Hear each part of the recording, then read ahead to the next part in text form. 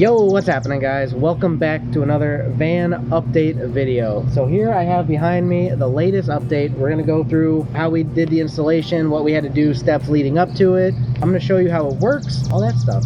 So I say we go ahead and we get right into it. So first thing first here, we're going to start with the water fill. I showed you guys the water tank. I think I showed you guys that this was installed. Basically, you can take any old hose and stick it in there and go ahead and fill up. Easy enough. Just kind of set it in there and let her go. Let her rip. Now, what I do, I come around back here. You may not be able to see it on video, but you can see the back of the tank here, and you can see the level as it fills up. I just kind of chill back here, watch it as it's filling, and just shut it off whenever it's good and ready. There's 22 gallons here. I think I probably mentioned that before. Let's go ahead and get this thing all filled up. All right, so now with the water tank full, we're inside the van. And so we're gonna start out with me explaining kind of the lead up to what we had to do before we put the sink in. First of all, we ran our boards 1x2s that we ran across the metal bits as our nailing strips or screwing strips. No, they were nailing strips. We did nail into it. But we ran those boards first of all. It was kind of a pain. Everything in this van has been a pain because there's no straight edges. Everything is curved. We kind of had to drop below where everything gets kind of wonky. And so we weren't able to go all the way up. So there's kind of a bit of a gap. If you can see behind me here, there's that gap there, which I still need to fill in.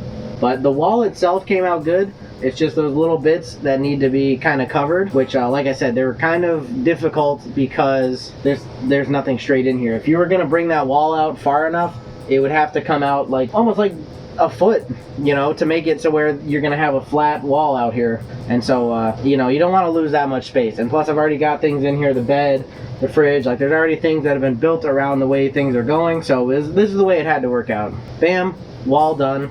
It's insulated back there. The wall came out pretty nice. I stained it a nice kind of grayish dark color. It matches with the ceiling sort of. Yeah, it's kind of in the same kind of range. And also the floor, because we have like that dark kind of colored floor, and the stain for the bed, which is also kind of a dark grayish. So yeah, this I'd say matches pretty well. That's what I was talking about, that space there, which will have to be kind of filled in. It's that's a problem for future, Jake. The reason the wall had to be done first, you notice behind me this fridge and a microwave box, that had to come out so that way we could insulate and put the wall in behind the microwave box. Put the microwave box back, and then I'll get to showing you the sink installation here. I'll get to showing you the sink installation here. So here it is, the sink cabinet, and as you can see, it's right next to the fridge. It mounted to the fridge box, and also to the floor. So that's why we had to pull the fridge out, get the wall behind the fridge done, so that way we could put the sink in here. It's right by the door, so the sliding door is right there, sink is right here, and it's a nice cabinet. It came out super nice. Nice deep, like 10-inch sink here. I'm pretty happy with how it came out. And also another big thing, this is massive right here. All this storage under here, because up till now I've been kind of lacking in the storage department. I have like the underneath of the bed, but just a cabinet to put some like little odds and ends. I've got my little trash can in there. Super nice addition to the van. Just having a little bit of running water is the biggest thing, man. If you're out camping, you just want to wash your face, you want to brush your teeth, you want to just wash out a pot or a pan, like this is massive. This is huge. I should probably actually show you the inner workings here. So I have a pump. This is, I think it's called a SureFlow. I'll have to look into it. I'll probably post it in the description if I can, the link to this. So that tube that you saw outside runs in here to the inside of the pump. You have to put like a, I don't know if you can see it. There's a fuse, and then also a switch, which you saw on the outside. The switch runs out there. We just have a tube going down from the drain down to the outside. I'll go back out there and show you. This is where the pump hooks up to the actual sink, runs down here, up to there. So there's like a hot and a cold. I don't actually have hot water to this, so we had to block off one of the tubes, run the just the cold tube going in, block off the one. But let me show you this thing working, because this is pretty crazy. So what you got to do, like I mentioned, there's a switch back here. If I open the door, you can See it on the outside there. There's a switch right here. So you flip the switch on. Oh, it's actually still on.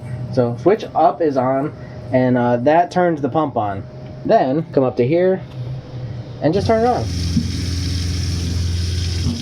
How freaking nice is that? And then, you know, when I'm not using it, I just tend to flip that off, so that way you don't have any issues if it were to keep running or have some kind of issue. Back out to here so I can show you that switch a little better. I think you probably saw it already, but yeah, it's just up is on. Water, you can flip it off, cut the water. Yeah, super freaking nice. So now we're outside here, and this cabinet was actually just open. So what we did, my dad put this backing on it to cover up the open space, and we just have a hole where the wires and the tubing run through to the sink, to the pump. So I went with this sink for the deep basin, but also for another reason, because as you can see, this will turn. Let me turn that on. You've got a nice long hose here, so you can turn it to the outside of the van here and flip this on, and there you go. You've got some nice water flow right outside here. So if you want to wash some stuff up outside, even if you want to wash up, like if you want to take a little bit of a cool shower out here, you can do that right outside here. So yeah, that's part of why I went with this sink. Basically like a laundry sink, something you would put into your basement, your laundry room, because it's got a nice deep basin, and that's super handy for in the van, because I'm going to be using this sink for everything basically. This is my one sink for washing dishes, for brushing my teeth, wash your face, all that stuff. Yeah, multi-purpose.